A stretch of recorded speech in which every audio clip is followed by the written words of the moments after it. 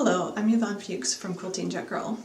Today I'm going to talk about how I use my Hera Marker to mark quilting lines on a quilt sandwich and the best ways to angle my lighting so that I can see those lines best as I'm quilting. When making marks with my Hera Marker, I often use a ruler or other acrylic templates as an edge to mark up against. I also always make my marks with the quilt top already layered on top of the batting. Sometimes I will also have the backing down, but when I'm doing a larger quilt, it doesn't make as much sense, so I'm going to demonstrate on this mini quilt using the same method that I normally would for a larger quilt, which is just the batting and the quilt top smoothed out. To make marks, for example, I can line up as if I'm going to run corner to corner, keeping in mind that I will have a 1/4 inch seam allowance for my binding at the edge, and I can just simply firmly press down and make a diagonal mark corner to corner. Another thing that I have been really liking to do lately is both piece and quilt curves, and I want to show my method for how I use a regular ruler to make curved shapes. So let's say that I want to mark a 1 inch curved radius. So what I will do is I will find the 1 inch by 1 inch, so that 1 inch inner square point, and I will put that point at an intersection. And then using my Hera Marker, I will mark right only where the 1 inch location is at the top of the template or my ruler. Then I will just slightly rotate, keeping my 1 inch by 1 inch grid centered on that intersection point, and make a mark again. And I just continue to work my way around, slowly rotating and marking as I go. So again, the intersection needs to stay at the cross section of my piece joint, my piece seam, and I'll be making my marks at the 1 inch point. And so now you can see that there is this nice gentle 1 inch radius circle or arc that I've marked with my Hera Marker. This is now 2.5 inches away from this corner, so I could repeat that process by keeping a 2.5 inch. So we'll do 2.5 inches and mark at the 1 inch point from this intersection over here. And I can just rotate around, marking only near where the 1 inch point is, because I'm using this 2.5 inches down, but I'm 1 inch over. So I will just continue making this mark and make another echoing arch going this way.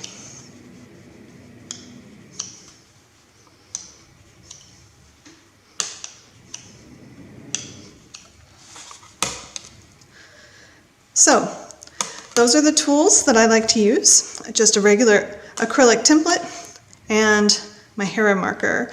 And once I have this fully marked up, I will take it to my sewing machine and we'll talk about the best ways to set up lighting so that these lines can be best seen as we're quilting. The final step in this process is to take your quilt sandwich to your sewing machine and quilt on the marked lines.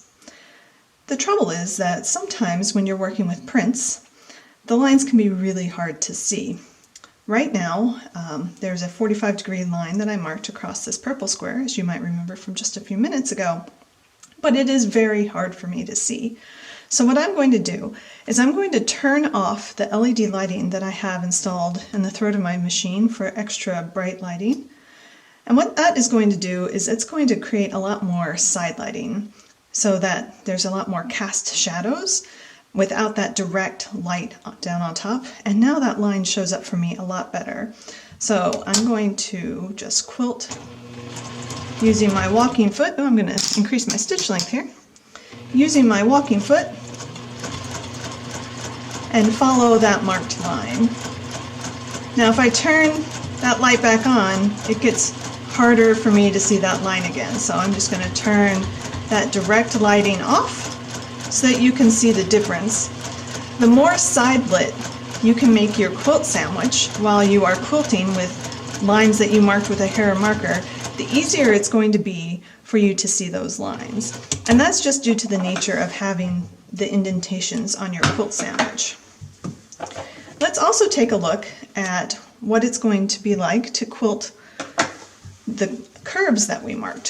So we're going to start again at that same top area of the quilting sandwich, and again here's the difference with the direct lighting with the extra LEDs that I have in my throat space and turned off, and I'm going to leave those turned off, and I'm just going to slowly quilt along. This is the 2.5 inch radius circle. Just follow that, and if at any point it gets a little bit off, I can always pause, stop with the needle down, lift my presser foot, rotate the quilt sandwich around, and continue on. So now I'm about to transition to the tighter radius. This is a 1 inch radius curve, and I'm going to quilt even slower.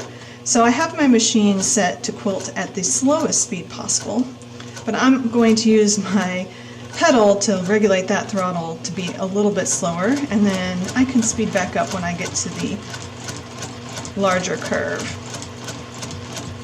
Another thing that can be helpful is to consider what presser foot pressure you have set for your walking foot. I will sometimes decrease down to be a pretty light setting instead of the normal setting that I would use for regular piecing.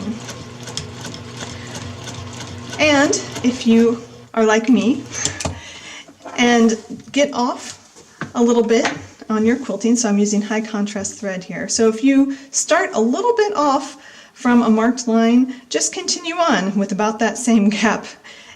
Or what I can do is I can unpick this back to about here, tie it off, and start again and follow the line exactly. So you just have to decide what works best for you.